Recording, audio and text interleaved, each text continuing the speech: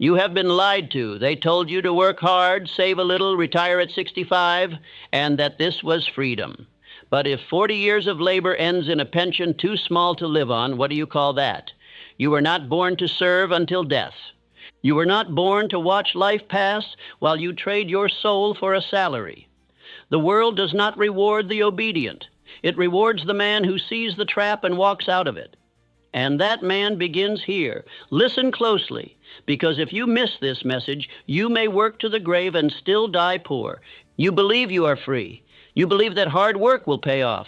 You believe that one day, maybe after 40 years of labor, if you've been loyal, if you've saved, if you've followed the system, you will get your reward. But I say this to you without apology. If 40 years of labor ends in dependency, then who truly owned your life?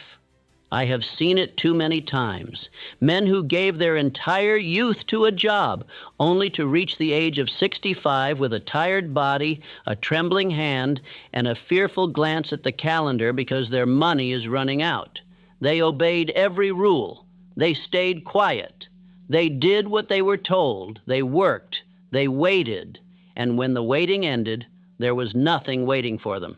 I ask you again, who owns the life of a man who gives it away one paycheck at a time, only to die uncertain, unfree, and unremembered? You must understand this. Slavery has changed its costume, but it has never left.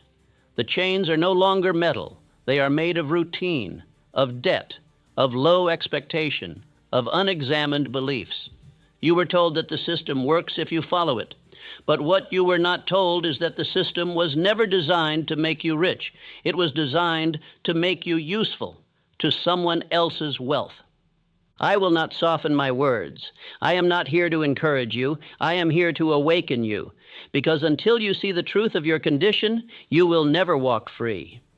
You will smile politely while you waste your years and call it responsibility.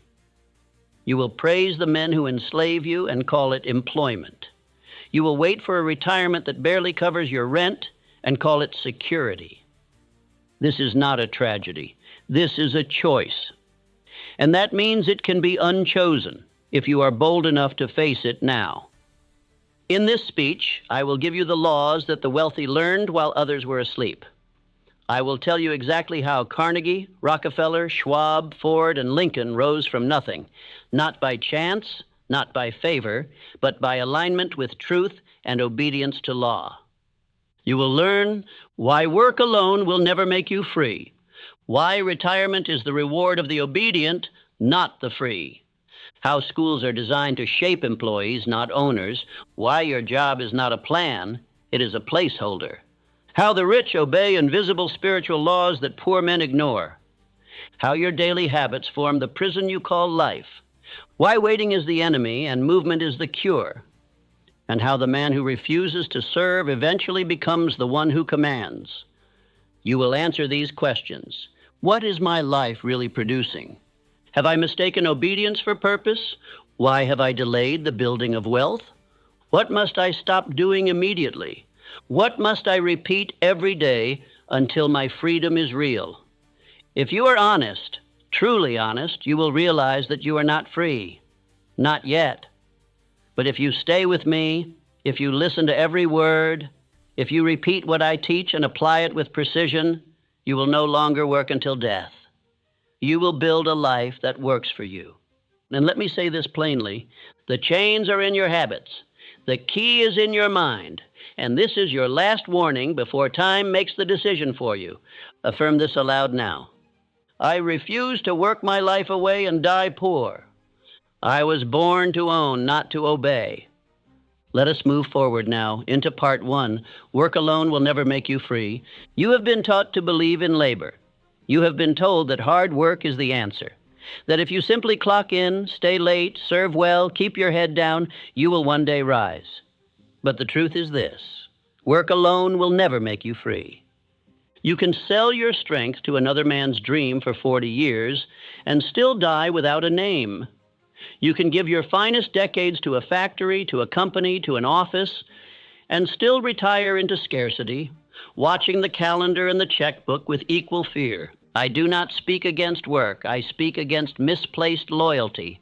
The man who works without thought is no better than a machine. The man who works without purpose is no freer than a mule. And the man who works without ownership is still a servant, no matter how large the paycheck appears. Let me teach you the difference between labor and wealth. Labor is the effort of the body. Wealth is the command of thought. Most men sell their hours for another man's vision because they never understood this law. Money obeys thought, not time. A man can spend his entire life in toil and be passed by the thinker who dared to build a system. One man digs a hole, the other sells the shovel. Who do you think gets rich? The poor man always points to effort.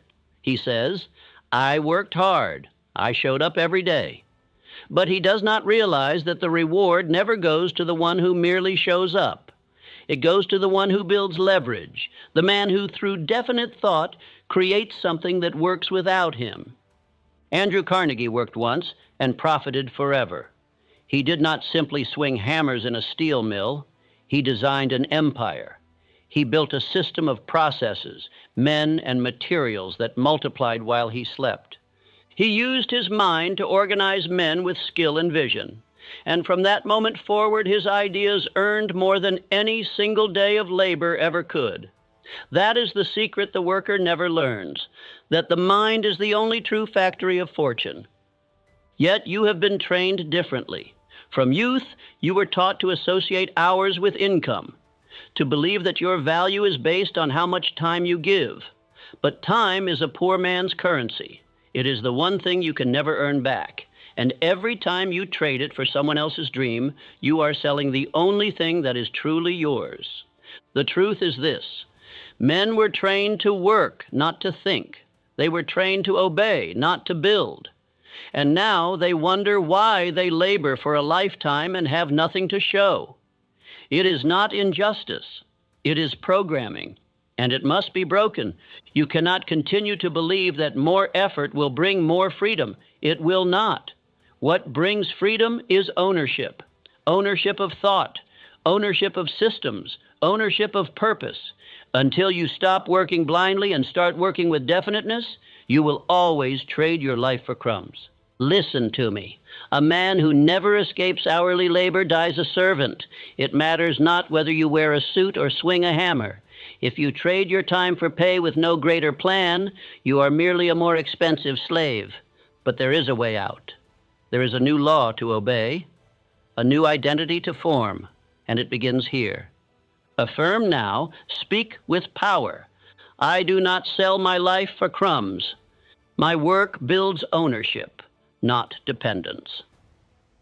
This is the beginning of your liberation, but if you stop here, you will fall back into the same old cell. So let us move forward.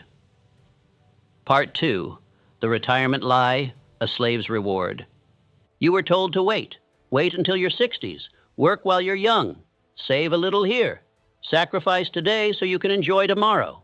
And when tomorrow comes, you're tired, you're broke, and your freedom is nothing but a memory you never lived. Retirement is the lie they gave slaves so they wouldn't revolt. The truth they never told you is this: you are not saving for freedom, you are saving to delay collapse. The whole structure was built on the assumption that you would obey long enough to become too weak to question it.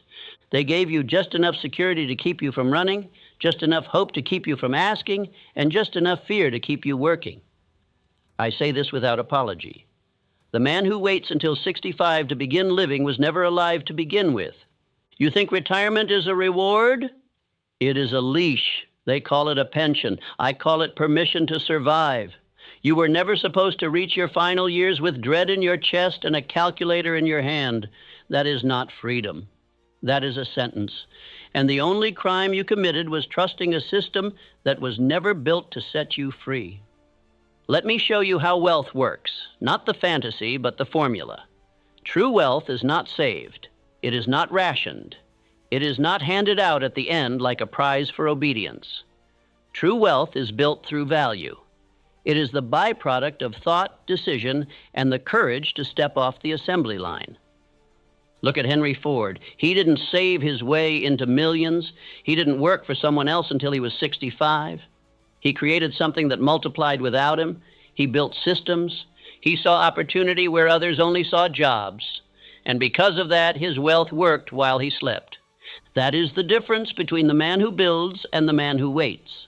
The builder lives now. The waiter dies hoping. You were taught that delayed gratification is the key to success, but the truth is that delayed vision is death. If your entire life is built around a reward that only comes when you're too tired to enjoy it, you were deceived. You want to know the truth about retirement? Here's the truth. Most men never make it there. They die before they ever escape the wheel. And the few who do arrive with a body that's weak, a wallet that's light, and a soul that's forgotten what it meant to move with purpose. It doesn't have to be this way, but only if you're willing to break the lie today. Affirm with power. I do not wait for freedom, I build it now. I reject the retirement trap. My wealth begins today. The system rewards the silent. Part 3. Schools create obedient workers, not rich men. You were trained, not educated, conditioned, not liberated. From the first day you stepped into a school, they were not preparing you to own your life. They were preparing you to serve someone else's. The school system does not produce creators, it produces cogs. Think carefully. What did they teach you? Sit down, be quiet, memorize, repeat, obey, raise your hand for permission to speak, wait your turn, learn the rules, follow instructions, stay in line. Now ask yourself, how many of those lessons do you see in the life of the rich? None.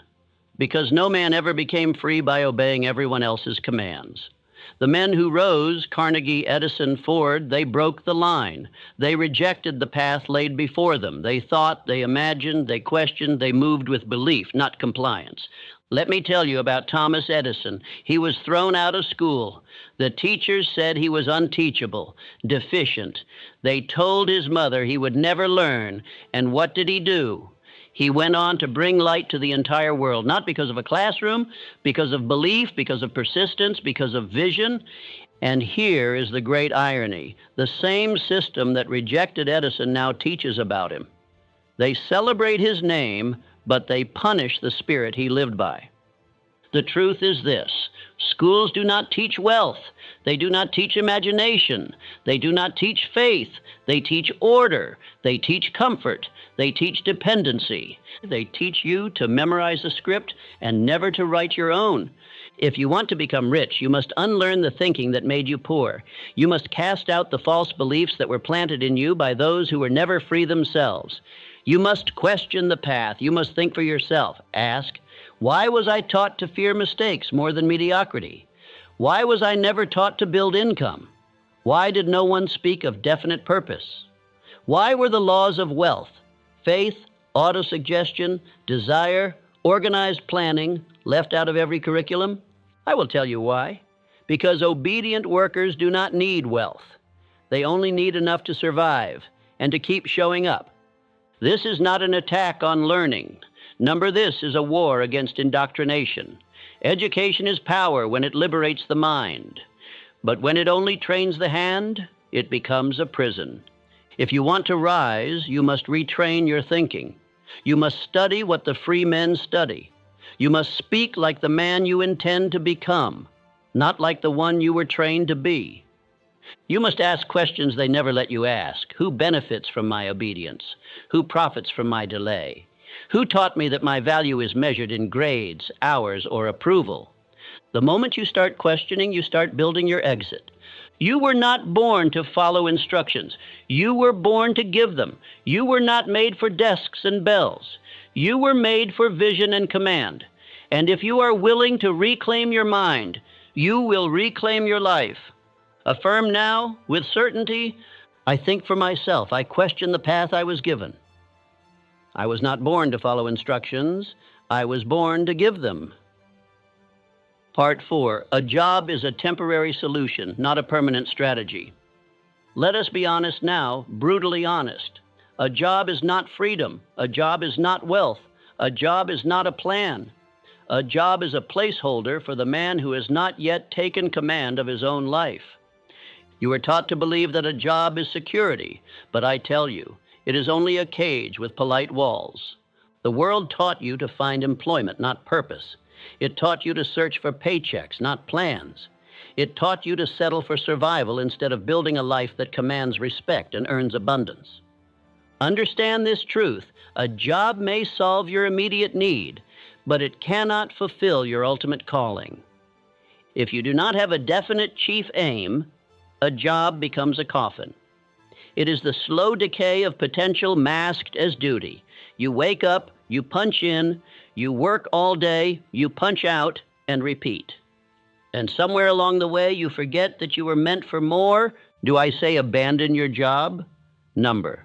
But I say this, use your job the way free men use tools, not as a master, as a means, as leverage, as the funding for your freedom, not the replacement of it. Let me tell you about Edwin C. Barnes. He did not despise work. He worked as a clerk, but he had one vision burned into his soul, to become business partners with Thomas Edison. He worked with purpose, not just for a wage. He used the job to get into the room. And once in the room, he proved himself and left the job behind forever. This is how wealth is built, not through years of repetition, but through intention, definiteness, and strategy.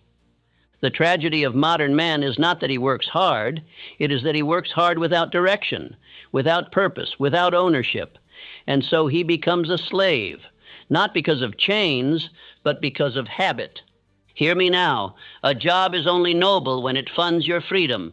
If you are still working to stay alive, you are not yet free. If you are still hoping for a raise instead of building income streams, you are not yet free. If your days are consumed with tasks that build someone else's dream and leave yours dormant, you are not yet free. But you can be. The door is open, but you must stop kneeling before the illusion of security and start standing for the reality of ownership. Do not live your entire life renting your time. Own your days. Command your income. Use your job. Don't let it use you. Say it with conviction. My job is not my identity. It is my tool.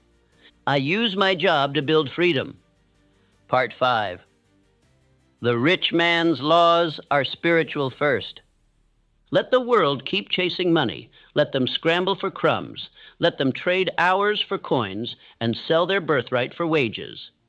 You, I am speaking directly to you, you must understand what they do not. The laws that create wealth are spiritual before they are material. You cannot rise until you rise in mind.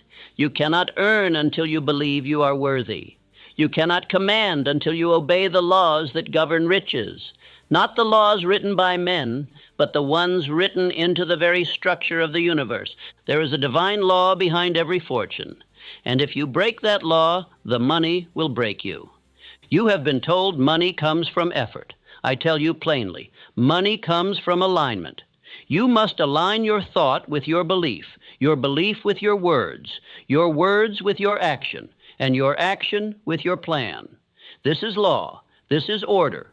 This is power. Look at the lives of the wealthy, not the ones born into it, but those who built it. Rockefeller tithed not out of superstition, but out of principle. He honored divine law. He believed money was a stewardship.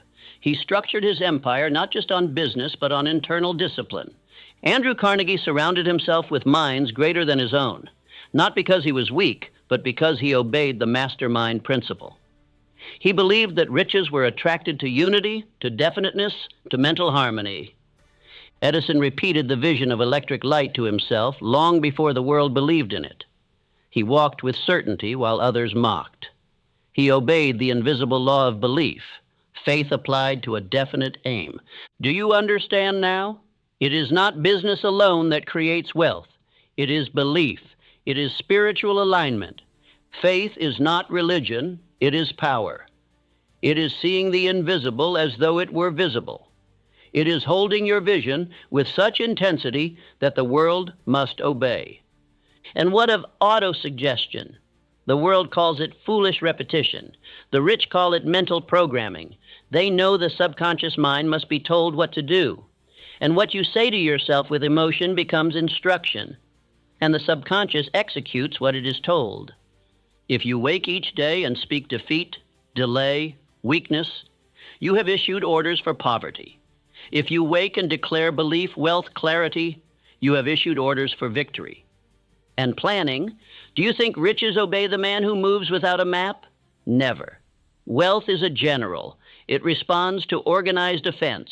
Write your aim, write your steps, review them daily, adjust, attack again. All of these, faith, definiteness, repetition, planning, are spiritual in nature before they ever manifest a dollar. This is why the poor man may work harder than the rich and yet remain poor, because he works with muscle while the other works with mind. One sweats without direction, the other thinks with precision. And the man who thinks according to law will earn in 1 year what the other cannot earn in a lifetime of labor. You must master these laws.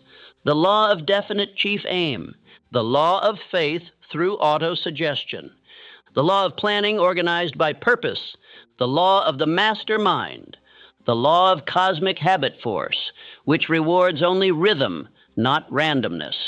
These are not opinions, these are eternal laws. Break them, and life will break you. Obey them, and the world will yield. You must live by inner command. You must rise before the world rises. You must speak your aim aloud. You must write your instructions to self. You must review your plan and build rhythm into every hour. This is not spiritual fluff. This is the foundation of every empire. Riches are not the reward of effort. They are the reward of obedience to law. Part 6. The habit system that creates financial slavery. If you would understand slavery, you must stop looking at chains and start looking at habits. For no man wears shackles on his wrists anymore. He wears them in his routines. Slavery in this age is not enforced by force. It is enforced by familiarity, by repetition, by rhythm gone wrong. You rise, you eat, you labor, you rest, and you call it life. But I ask you, is it your life? Or is it the life designed for you by other men who profit from your blindness? The modern slave is not bound by a master. He is bound by a cycle. And that cycle, unless interrupted, will carry him to the grave with nothing to show but obedience and exhaustion. The chains are in your habits. What time do you wake? What thought enters your mind before the world speaks? Do you begin your day with instruction to self, or do you check a machine and follow the world's instruction? When your body rises but your purpose sleeps, you are already a servant. Let us speak plainly. You cannot live like a common man and expect uncommon results. You cannot drift into fortune. You cannot wander into mastery. You must command it, and command requires rhythm, but it must be the right rhythm. The poor man wakes late, eats thoughtlessly, consumes without producing, reacts without thinking, and repeats the same confused day, year after year. This is the habit system that leads to financial slavery. It does not feel oppressive. That is why it is so dangerous. It feels normal, but it is normal only because it is widespread. And slavery that is widespread is still slavery. The difference is that now the slaves are quiet. They sing no sorrow songs. They just keep working and hoping and waiting for a reward that never comes. Now compare this with the habits of the wealthy, not those who inherited, but those who built. Andrew Carnegie rose early. He did not wait for orders. He issued them. He planned his day the night before. He spoke aloud his aims. He wrote letters of intention. He reviewed his progress daily, and he demanded the same from every man around him. Charles Schwab did not stumble into leadership. He became a multi-millionaire because he mastered organized rhythm. Every hour had a purpose. Every morning was planned. Every night was measured. He knew the law. If you cannot measure it, you cannot multiply it. Thomas Edison tested one idea over 1,000 times, not because he was lucky, but because he was structured. His repetition was not random. It was rhythmic. It was aimed. Now ask yourself, what is your daily rhythm producing? Do you eat like a rich man? I do not speak of food, I speak of thought. Do you consume knowledge that builds your aim or distraction that destroys it? Do you speak like a rich man? Are your words definite, clear, aimed, and positive? Or are they vague, filled with doubt? and drifting in complaint? Do you move like a rich man? Is your day mapped? Is your progress tracked? Do your actions serve a vision or simply respond to the needs of others? Do you think like a rich man? Have you formed the habit of directed thought, or do you merely react to the noise around you? You must audit your habits because your habits are your destiny. Let me give you the model of wealth-building rhythm. This is what I teach all who seek to rise above the slavery of the world. Morning command. Rise before the world speaks. Speak your definite chief. Aim aloud. Read your plan for the day. Repeat your wealth affirmations with emotion. Midday. Alignment. Review progress against plan. Speak aloud. I am still on target. My aim is fixed. My pace is strong. Correct drift with immediate focused action. Evening review. Measure what was completed. Journal new lessons. Repeat your aim aloud before sleep. Visualize success as already yours. Repeat daily, without fail, without excuse. This structure alone will begin to reprogram your subconscious mind, and your subconscious is the builder of all results. Do not underestimate this. Most men fail not because they lack intelligence, but because they lack rhythm. The law of cosmic habit force is not poetic. It is practical. It means that every thought repeated becomes a command. Every action repeated becomes a pattern. Every pattern reinforced becomes identity. And every identity manifests results that match it. If you want wealth, you must form the habits of wealth. If you want power, you must form the rhythm of power. And if you want freedom, you must form the disciplines of a free man. And do not say you are too old. Do not say it is too late. The moment you command your rhythm, your life begins again. Repeat these affirmations daily. My habits build freedom or chains. Each day I command myself into power. Now write your daily rhythm. Practice it tomorrow, and the next, and the next. Do not skip. Do not drift. Do not delay. You are either forming the habits of freedom, or you are wearing the chains of slavery. Part 7. If you wait, you will serve those who did not. There is a law few men are willing to confront, a law more sobering than failure and more costly than ignorance. He who waits serves the man who does not. The world has never rewarded hesitation. It has never crowned the cautious. It has never surrendered its riches to the man who delayed. Look around you at every industry, every street, every corner of society, and you will find the same truth. The men who rule are not the ones who waited for permission. They are the ones who moved when others paused, decided when others doubted, and acted when others were still seeking clarity. Wealth does not come to the brilliant. It does not come to the good. It does not come to the hopeful. It comes to the man who moves. It finds its way into the hands of the one who stepped into the storm, made a decision under pressure, and claimed his portion while others still counted the cost. You think life will give you time? You think opportunity will wait? Number life waits for no one, and the man who waits becomes the laborer for the one who didn't. Abraham Lincoln, a man of great principle but greater movement, understood this law. In the darkest hours of his leadership, he did not sit in endless counsel. He moved. When the nation fractured, he acted. When the outcome was uncertain, he still advanced. He issued the Emancipation Proclamation not when it was safe, but when it was necessary. He did not wait for clarity. He created it through decision. That is what leaders do. That is what free men do. They act, and the world adjusts. Most men do not fail because they made the wrong move. They fail because they made no move. They wait for the economy to shift, for the perfect plan to emerge, for fear to disappear, for someone else to show them the way. But understand this, waiting is not neutral. Waiting is movement, backward. Every day you delay, another man acts. Another man builds. Another man claims the ground you forfeited. And then, when your years have passed and your energy is gone, you will find yourself in service to him. Not because he was better, not because he was chosen, but because he moved. I must say it plain. Your delays will become your chains. And I know the voice that tries to excuse this. I'm still researching.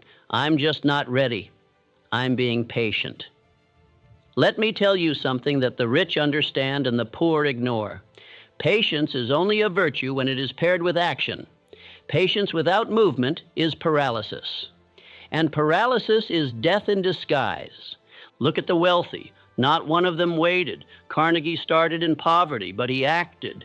He moved to organize steel when others feared risk. Ford dared to mass produce when others mocked the idea. Edison declared his inventions before they worked because he understood the law. Movement precedes manifestation. So, what are you waiting for? Are you waiting for the economy to improve?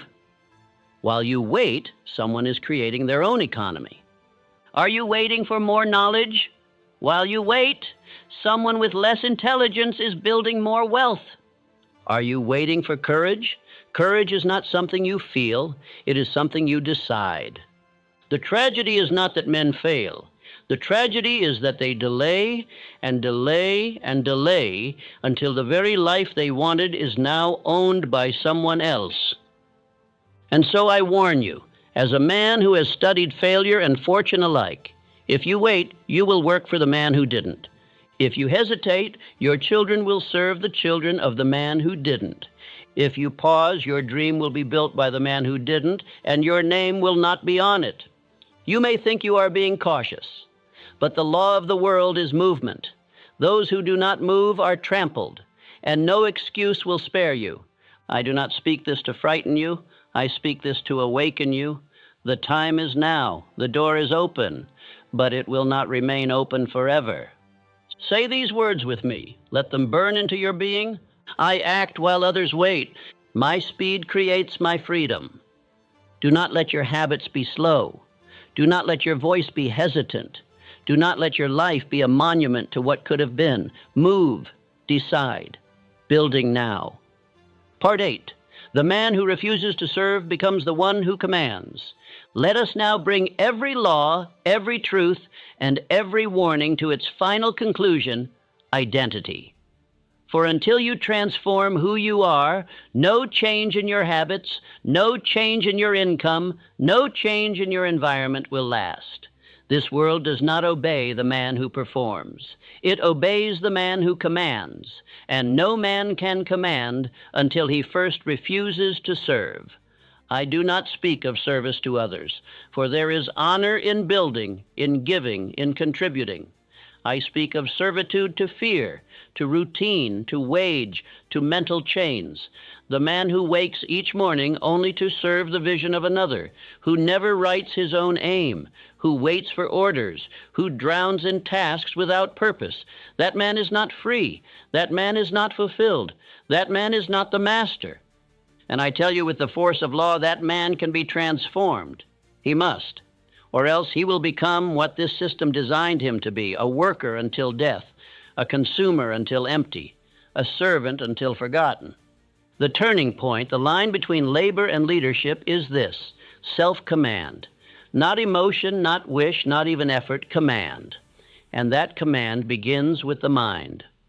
A man who masters himself no longer obeys the world. The world obeys him. The market shifts to make room for his value.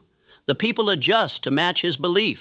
The money moves toward his aim because he moves toward it without hesitation. Let me speak to you plainly now.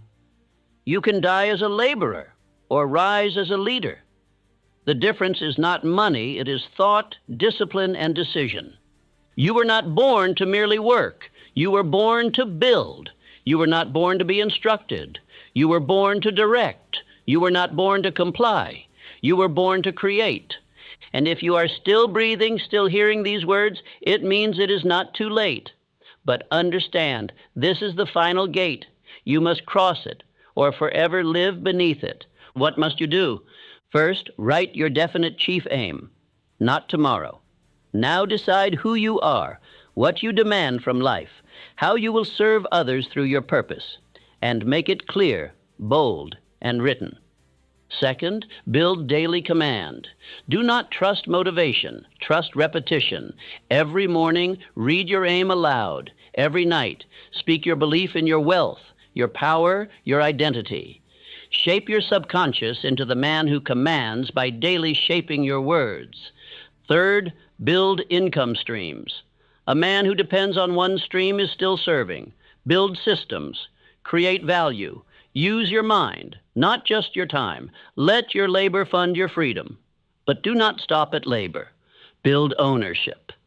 And if you ever doubt that this path works, let me remind you, I walked it. I was the son of a poor miner in the hills of Virginia.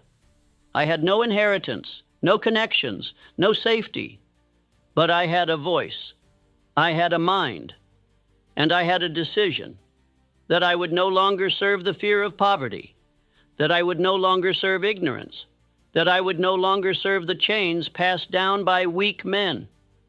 I studied the minds of the rich, not the surface of their wealth, but the spiritual roots.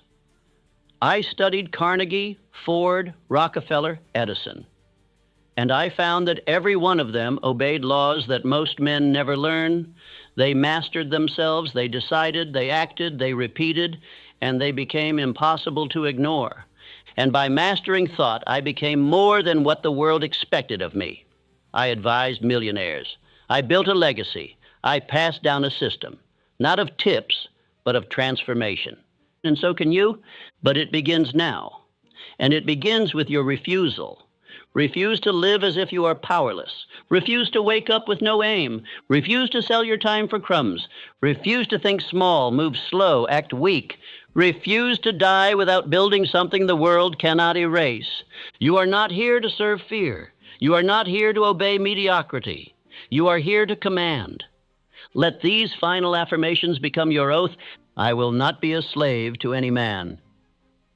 I was born to command wealth, not to work until death.